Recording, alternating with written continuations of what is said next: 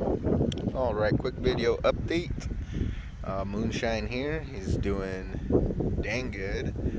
As you can see on his face, he is definitely hitting maturity. He's starting to urinate on his face, and that's to make himself more appealing to the ladies. If you see Ricky's face and if you see Wishbone's face, they do not have that anymore. That's because they were both weathered, they were castrated, but as you could also see with Ricky, he's lost most of his beard and he's losing all of his mane. That's the lack of testosterone, essentially. All that extra hair and all that, manly stuff is shedding away. But he's going to be our pet for a long time. So he did us very good. He did us well. So he deserves to stay on the farm for, until he passes. And Wishbone over here, we're still deciding on what we're going to do with him. I'm really trying to find a good place for him to stay. He's became actually very docile and he's very good. And I do apologize about the wind noise. I'm sure there's plenty of it. We are getting unseasonably cold winds, but it's still fairly warm out here. It's nice and sunny. It's not bad. We're just getting a lot of... Anyway, I'm trying to shield the mic as much as I can, but a quick update on the bucklings. They're all doing very good, as you can see. They are all very good looking, very healthy. And I do have a new addition. And Phyllis had babies over here. She kind of isn't doing as well as Murderface did, and Murderface did okay. She's recovering good. But Phyllis is doing fine.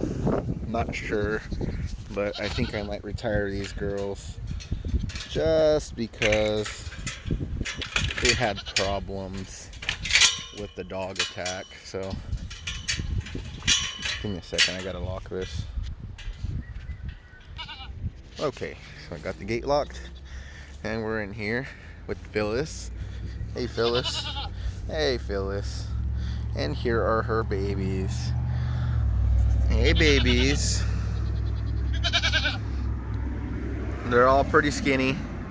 She had triplets, 3 does, which thankfully is going to replace the 3 does we lost, because without those other 3 does it was going to be extremely expensive to get another set of 3 does.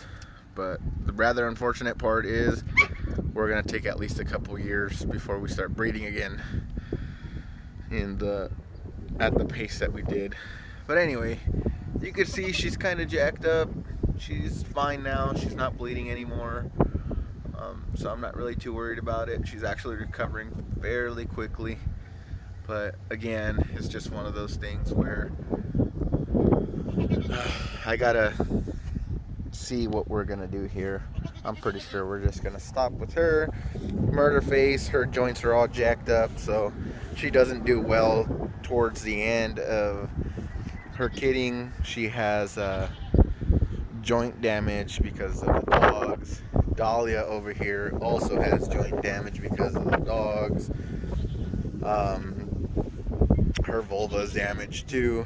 Lucy, same thing, and Ethel, same thing. So this dog attack really screwed us, and it's definitely set us back. But we're gonna go ahead and make do. We're gonna keep doing what we do, and we're gonna continue to go from here.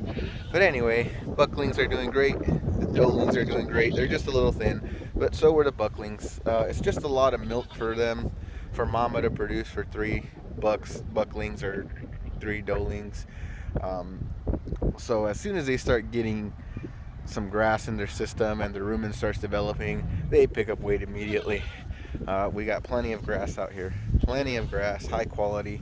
There are some weeds in there, but it is what it is. Oh, you're gonna get your ass beat, Doc. You're gonna get beat up, Doc.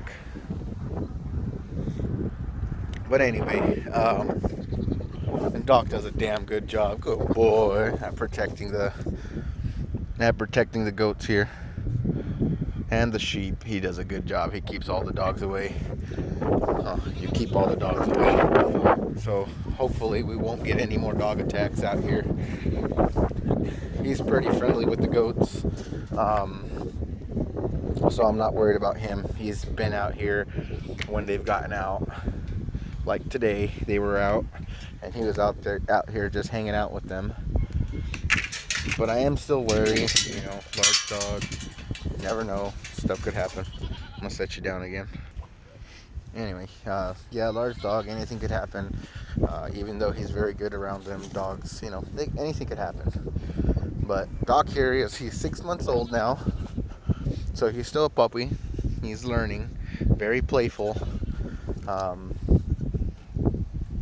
and he takes care of us around here, protects us on the property, and he does very well out here with the animals. He does very well out here with all the animals. As you can see, the lambs are starting to grow up pretty good. Again, we got 3 ewes and 2 rams. So we're gonna go ahead and eat the rams and keep the ewes. That's just the way it goes. They're doing wonderful. And hopefully everybody else over here does well. I don't think anybody else is pregnant. I thought Lucy was pregnant because she developed that beard. But I don't think so, unless she got bred after by a stray buck or something. She should have been due on the 15th. So it's only the 19th today, so that's only 4 days. They have up to 10 day, like a 10-day window. But we'll see how it goes. It's not a big deal. We'll figure it out. We'll get it taken care of, and hopefully everybody does well. Ethel over here, she just hasn't bred. I don't know if she lost, like she miscarried when the dog attack happened or what, but we definitely, she's not carrying any babies. No hormonal change. Nothing really happened with her, so she's just fat. She's just fat. So that's pretty much it. Again, I do apologize about the wind noise, but I want to keep putting these videos out. I'm not very good at them, but just kind of some documentation for me, and in case anybody else enjoys them out there. Okay, one more thing. I'm doing rotational grazing. As you can see, I'll show you what these are, or like what I'm doing here. And if you've been watching my videos since the beginning, which most of you haven't, you're gonna see that all this area was just barren dirt, nothing on it. But I got grass on it this year now. I got irrigation. I got irrigation on that side. I got irrigation on this side. I got irrigation over here. Not full irrigation. Some of this is still green because of the rain. But over here on this back edge over here, it's gonna go dry when we run out of this rain. Essentially, I got 1, 2, 3, 4, 5, 6, 7, 8. I have 8 paddocks plus the run, and so that would be a total of 9 grazing areas, or 9 grazing paddocks for the animals. If I keep them in one location for 2 days, that's 18 days between, and between grazings, and that's more than enough here. Last time this was grazed, and you can see all the points on it, the grass pointed out, and it grew very fast. It was not 18 days. I actually skipped a couple paddocks because I have kids right now, so I had the mamas in 2 separate paddocks, and then I had the goats, and then I had the bucks separated. But anyway, it was probably only about a week, and that's enough. That's perfect. So if I have 18 days between them, even 8 days, 1 week between them, especially in the summer months. Man, it's gonna be great. But I'll go ahead and end it off here. Again, I apologize about the wind noise. I know it's there. Hopefully it's watchable. I'll make another video about the rotational grazing. Maybe I'll have my wife hold the camera if we get a day off together, and I'll kind of show my methods here. I still needed to install 2 gates to make it better, to make it easier between these. I use this ICB tote for the mamas, but they're not using it anymore, so I took it out. Got to put that back in storage. But anyway, that's it. Thanks for watching. See ya.